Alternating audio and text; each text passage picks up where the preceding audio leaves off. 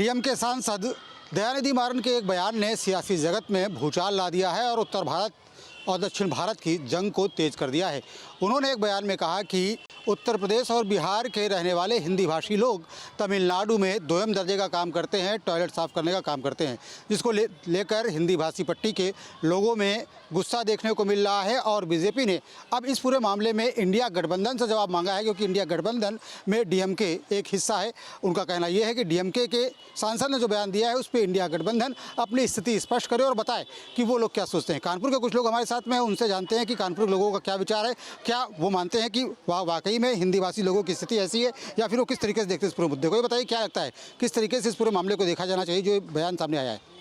ये जो बयान सामने आया है इसके लिए मैं तो केवल इतना ही कहना चाहूँगा कि समाज को लगातार पृथक करने का ये लोग प्रयास कर रहे हैं और जो कि बड़ी ये लोग अपनी तुच्छ भावना को दर्शाते हैं।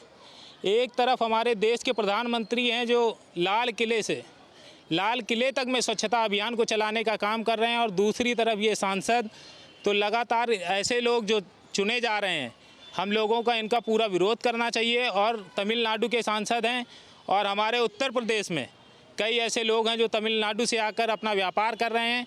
ये लोग पूरा दंगा भड़काने का, पक्षपात करने का ये काम कर रहे हैं। जो लोग यहाँ व्यापार कर रहे हैं, यहाँ के लोग अगर उनसे संतुष्ट नहीं होंगे तो आपस में भेदभाव करने का काम करेंगे, लेकिन हम लोग ऐसी भावना को नहीं रखते हैं। हम लोग स्वयं इन सभी का प्रतिकार करेंगे और सामाजिक प्रतिष्ठा को बनाकर रखने का काम करेंगे।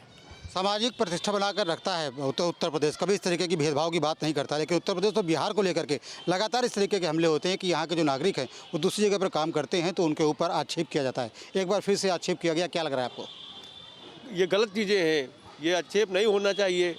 समझे सारी चीज़ें जो है हमारे जो मोदी जी हैं वो इस पर स्वच्छता अभियान चला रहे हैं और सबको समान भाव से देख रहे हैं। समझे, ये संसद महोदय की भावना गलत है, संसद का बयान गलत है। ये लगता है कि राजनीतिक रूप से इसका कितना असर देखने को मिलेगा, इस बयान को लेकर के किस तरीके से सियासी हलचल होने वाली है? ये मेरी समझ में देखा जाए, उत्तर भारत तो वो उर्वरक ज़मीन है कि अंग्रेज़ों के टाइम से पहला स्वतंत्रता संग्राम भी उत्तर भारत की ही सरजमी मेरठ से चालू हुआ। देश को अभी तक सबसे ज़्यादा प्रधानमंत्री अगर दिए तो उत्तर भारत ने दिए। मशहूर अभिनेता अमिताभ बच्चन भी इसी उत्तर भारत से हैं। तमाम खिलाड़ी इस उत्तर भारत ने दिए। और इस तरह के बयानों को देने के पीछे कोई बहुत बड़ी गणित साजिश है। मुझे तो लगता है कि जैसे एक ये इंडिया गठबंधन की सांसद अभी दुबई कनेक्शन से पैसा पा के अलूल जलूल संसद में सवाल पूछती थी, तो हमें लगता है कि इन सांसद महोदय ने भी कोई आपत्तिजनक बयान जो ये दिया है ये देश में बिखराव करने के लिए और उत्तर और दक्षिण के बीच में वैमनस्यता प्राप्त करने के लिए, पैदा करने के लिए, लड़ाई कराने के लिए जानबूझकर दिया है। इसकी उच्च स्तरीय जांच हो। हमारा संगठन इसकी मांग भी करने जा रहा है और वो बयान तो सदन के अंदर था, इस सदन के बाहर का बयान है। इसके खिलाफ हम लोग मुकदमा भी इनके खिलाफ दर्ज कराएंगे और गृह मंत्री से मांग करेंगे कि पता किया जाए कि कहीं विदेशों से पैसा लेकर तो इन्होंने ये बयान नहीं दिया है। क्या लगता है इसका सियासी असर कितना देखने को मिलेगा, कि किसको फ़ायदा होने जा रहा है इससे? क्या बीजेपी को फ़ायदा होगा? देखिए, फ़ायदा नुकसान की बात आम जनमानस तो नहीं समझता है इस चीज़ को, परंतु ये राजनीतिक लोग हैं जिन्होंने बयान दिए हैं। और ये कहीं ना कहीं मेरा ये मानना है कि हमारे देश के यशस्वी प्रधानमंत्री श्री मोदी जी जो भारत को एक करने में जुटे हुए हैं, हिंदुस्तान को उत्तर पश्चिम पूरब हर तरफ से मिला के एक करना चाहते हैं, कोई भेदभाव नहीं रखना चाहते। उन्होंने 4 जातियाँ इसीलिए बता दी हैं अपने उद्बोधन में। उसके बावजूद ये जो इंडी गठबंधन के सदस्य हैं, जितने लोग हैं, ये कहीं ना कुछ ऐसी बात ज़रूर छोड़ रहे हैं समाज में जिससे समाज में वैमनस्यता हो, आपस में भेद हो। जो एकता का रूप चल रहा है वो एकता खंडित हो। और इसमें कहीं ना कहीं मुझे ऐसा लगता है कि कोई टूल किट काम कर रही है, विदेशी फंड आ रहा है जो ये लोगों को कहीं ना कहीं मुहैया हो रहे हैं और ये लोग उसी आधार पे काम कर रहे हैं। देश को विघटित करने के लिए ये इस प्रकार के बयान, फजूल बयान दे रहे हैं। इस पे हमारा जनता से यही अपील है कि इनकी इन फजूल बातों, इन नेताओं की, इंडी गठबंधन के नेताओं की बातों पे ध्यान न दें और राष्ट्र पर समर्पित रहें। और देश इस समय विकास की ओर चल रहा है, इसलिए देश के साथ रहें, राष्ट्र के साथ रहें। धन्यवाद।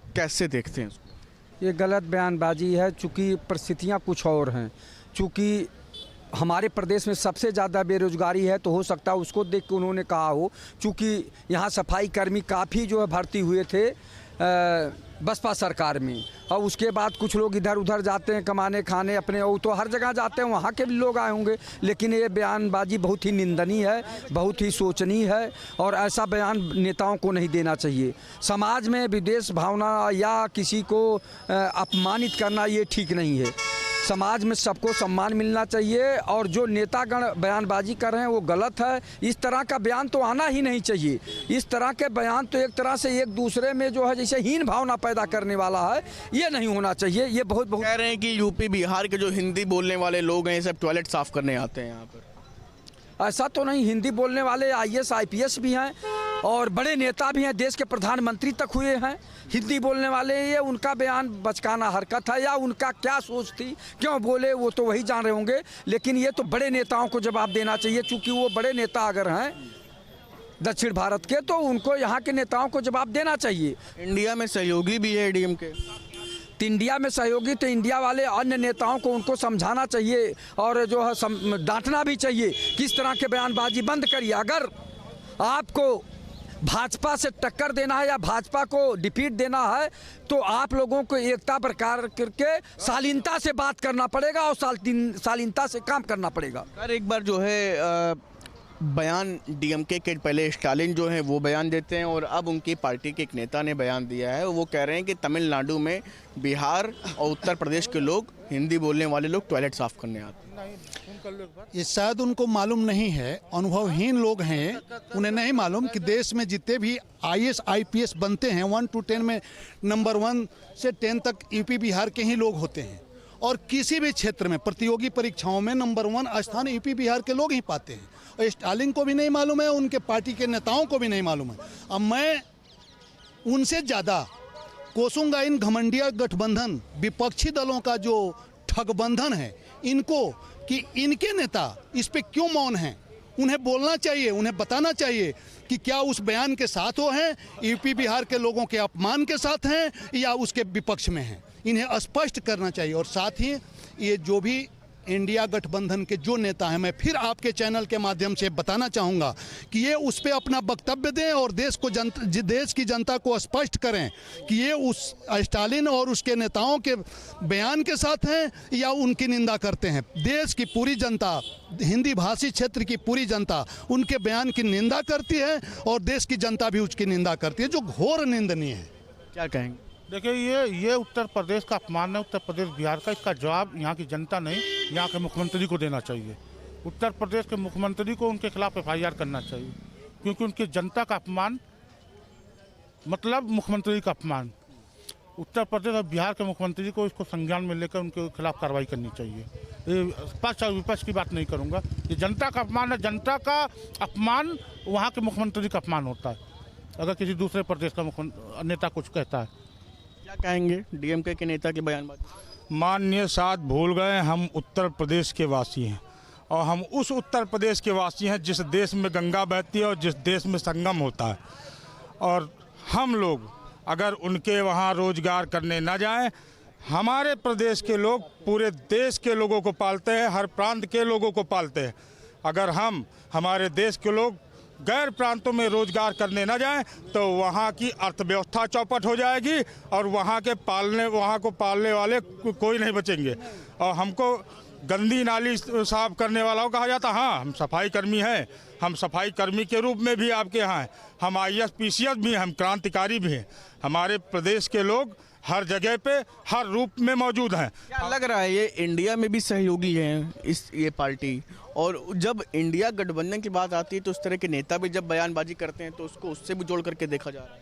नहीं, बयानबाजी वो कर रहे हैं, ठीक है कर रहे हैं, करेंगे तो इसका जो जवाब है वो आने वाला समय देगा, 2024 का इलेक्शन देगा। ये सोनिया गांधी के प्रेम में कह रहे हैं, और भाजपा इससे हमारी पब्लिक को, जो उत्तर प्रदेश और बिहार की पब्लिक ही निर्णायक होती है भारत का प्रधानमंत्री बनाने के लिए, और उन्हीं को अपमानित किया जा रहा है, तो इसका जवाब यहाँ की पब्लिक देगी। क्या कहते हैं सर? देखिए, जहाँ तक बयान है इनके, कई बार धार्मिक गुरुओं के, भगवान के बारे में भी इन्होंने किए हैं टिप्पणी। आज इस तरीके की टिप्पणी की है, कहीं ना कहीं ये भाजपा को सपोर्ट करते हैं, उनके प्रोपोगंडा को, उनके एजेंडे को चलाते हैं कहीं ना कहीं। जब भी ये आना, एक मिनट मैं कंप्लीट कर रहा हूँ। और दूसरा बात, अगर ये इनका व्यक्तिगत बयान है तो कहीं ना कहीं इन्होंने सफाई कर्मचारियों को, जमादार हो गए जैसे सफाई कर्मचारी या मोची हो गए, कहीं ना कहीं उन्होंने, ये जो डीएमके की लोग हैं, इन्होंने कहीं ना कहीं उनका भी अपमान किया है। उत्तर प्रदेश और बिहार का ही नहीं, छोटी जातियों का भी अपमान किया, सफाई कर्मचारी का भी अपमान किया है। और कहीं ना कहीं ये जब चुनाव आने लगते हैं तो इनको क्या हो जाता है कि कुछ ना कुछ भगवान पे। इंडिया गठबंधन में सहयोगी भी हैं, इंडिया गठबंधन में सहयोगी, मगर हमको तो लगता है सहयोगी हमारे हैं, काम ये भाजपा का करते हैं। ये जब भी कभी चुनाव आने लगता है, ये धार्मिक मुद्दों पर भी बोलते हैं, हमारे धर्म गुरुओं के बारे में भी बोलते हैं। आज इन्होंने हमारे दलितों को खींचने का काम किया, जो सफाई कर्मचारी हैं, जो मोची हैं, जो नीचे के समाज के लोग हैं, उन्हें भी जलील करने। यहाँ पंडित ठाकुर की बात नहीं, तो बिहार में तो, उत्तर प्रदेश में हर जाति हर धर्म का लोग रहता है, ऊँचे भी रहते हैं, नीचे भी रहते हैं। तो कहीं ना कहीं जिस तरीके से ये उत्तर प्रदेश और बिहार के लोगों को बदनाम तो किया ही किया है, कहीं छोटी छोटी जातियों को भी अपमानित किया है। ये बड़ा शर्मनाक बयान है। ये हमारे गठबंधन में है या नहीं है, मैं इससे नहीं बात करना चाहता। कहीं ना कहीं ये बीजेपी के एजेंडे को भी चलाते हैं। अखिलेश यादव और ये सब तमाम लोग हैं इस गठबंधन में, और गठबंधन के ही नेताओं किस तरह से बयान, भाई यूपी के लोगों की बात, और यूपी के लोग भी, यूपी की भी पार्टियां उसमें गठबंधन में। प्रदेश की जनता इस बात को समझ चुकी है कि जो सत्ता पक्ष का विरोध कर रहे हैं, ये इंडिया गठबंधन, जो इंडिया ठगबंधन जिसको हम कह सकते हैं, इनके स्वार्थपरता को प्रदेश की और देश की जनता जान चुकी है। एक तरफ ये बंगाल की बात करते हैं, यूपी की बात करते हैं, बिहार की बात करते हैं। मैं बिहार के मुख्यमंत्री, बिहार के उप मुख्यमंत्री से पूछना चाहता हूँ, जो इंडिया गठबंधन में रहते हुए और डीएमके के नेता अगर इस तरीके का वक्तव्य देता है तो उत्तर प्रदेश और बिहार का अपमान करता है, हिंदी भाषी क्षेत्रों का अपमान करता है, तो ये लोग इस पे क्या करना चाहते हैं? क्यों नहीं इसका विरोध करते? उसको इंडिया गठबंधन से निकालते क्यों नहीं? या तो उसका समर्थन करें। ठीक उसी प्रकार उत्तर प्रदेश में आप अखिलेश जी को लीजिए। एक तरफ अखिलेश जी मंदिर अब घूमने लगे हैं, जनेऊ दिखाने लगे हैं, और दूसरे तरफ इनका एक नेता, वो कौन मौर्य है, वो सनातन धर्म के विरोध बात करता है। तो हम तो मानते हैं कि जानबूझकर अखिलेश ऐसे कराते हैं, हिंदू सनातन धर्म का अपमान कराते हैं। इनके पिताजी राम मंदिर पे गोली चलवाए थे और ये सनातन का विरोध करवा रहे हैं। तो हम ये कहना चाहते हैं कि इंडिया ठगबंधन देश की जनता को बताना क्या चाहता है? ये देश, देखिए, एक गठबंधन महाराष्ट्र में भी था भाजपा का, यहाँ तो जबानी जंग हो रहा था, वहाँ तो लात घूसे से मारा जा रहा था, भगाया जा रहा था, दुकानें तोड़ी जाती, रोजगार छीना जा रहा था। महाराष्ट्र में जब मोदी जी के गठबंधन में वो पार्टी ऐसा कर रही थी, तब मोदी जी क्या कर रहे थे? सवाल तो ये भी, वो तो जबानी हमला था, यहाँ तो लात घूसे, डंडे चले, कई लोग मर गए, रोजगार छीन लिया, दुकानें तोड़ दी, लूट लिया, उस पर तो मोदी जी खामोश थे। 84 के दंगे को याद आ गया इनको, 84 वाला दंगा याद आ गया, जो कांग्रेस गवर्नमेंट में इंदिरा जी के हत्या के बाद सरदारों को चुन चुन करके मारा गया था, वो दंगा भाई साहब को याद आ गया। भाई दंगाई तो पूरी पॉलिटिकल पार्टी थे, भाजपा का दंगा आपको याद है? ये दंगाई पार्टी भाजपा का दंगा, इंडिया गठबंधन होने के वजह से, इंडिया गठबंधन में होने के वजह से ये देश की जनता को बताना क्या चाहते हैं? गुजरात याद है? जिस सफाई, गुजरात याद है? आप एक तरफ की बात नहीं कर सकते, 84 की बात करेंगे, गुजरात को छोड़ देंगे, ये नाइंसाफी। यूपी बिहार के लोगों पर रहिए तो डॉलर बेहतर है। यूपी बिहार को लेकर के चर्चा हुई है, डीएमके की तरफ से बात कही गई, इस पे आप लोगों से राय ली जा रही है ना? पहले आप बताइए। मुद्दे से नहीं भटकना चाहिए, यही मैं कह रहा हूँ। जैसे ये कह रहे हैं ना कि राजभर जैसे स्वामी प्रसाद मौर्य जैसे साफ करने की बात, मैं उसी पे आ रहा हूँ, मैं वही उसी से मिलता जुलता। तो ये भी तो इनकी पार्टी में अभी हमको गठबंधन को ठगबंधन कह रहे थे, तो कहीं ना कहीं इनकी पार्टी में ये सब थे जो आज गालियाँ दे रहे हैं, इस तरीके की टिप्पणियां कर रहे हैं। तो इससे हमें कुछ नहीं जाता। मैं कह तो रहा हूँ कि टॉयलेट वाले बात पे हम सिर्फ और सिर्फ ये कहता है, उनका व्यक्तिगत बयान हो सकता है और कहीं ना कहीं भाजपा का एजेंडा चलाने की बात हो सकती है। लगता है कि इस तरह की बयानबाजी से इंडिया की जो राह है, सियासी संग्राम है, भी बहुत बड़ा चुनाव है, उस पर कुछ असर पड़ेगा? कि यूपी बिहार बड़े स्टेट से सबसे ज़्यादा एमपी और देते हैं। नहीं, देखिए, ये कोई पार्टी की तरफ से बयान नहीं है, कुछ व्यक्तिगत भी बयान होते हैं, तो इन छोटे छोटे बयानों को कोई नोटिस नहीं किया जाता। मगर मैं फिर कहूँगा, ये कहीं ना कहीं आके छोटी जातियों का अपमान किया है इन्होंने। मैं मेन मुद्दे पर क्या कहेंगे सर? नहीं, मैं तो मैं विवाद उठाऊँ तो इससे मुझे पता नहीं चला। कोई बात नहीं, कोई बात नहीं। ज़्यादा ये देश को बांटने का काम कर रहे हैं।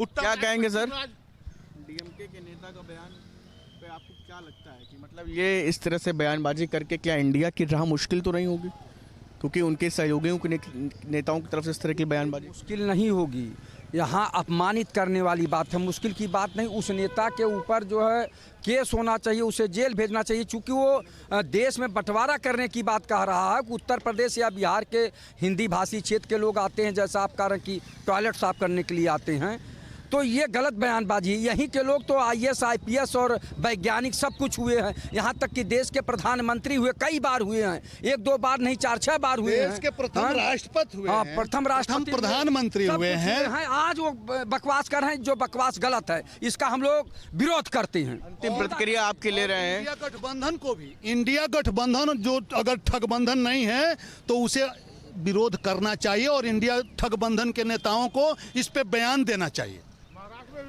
डीएमके के नेता हैं, उनकी तरफ से उत्तर प्रदेश बिहार के लोगों को लेकर के बयान आया है कि वहाँ के लोग यहाँ टॉयलेट साफ करने आते हैं।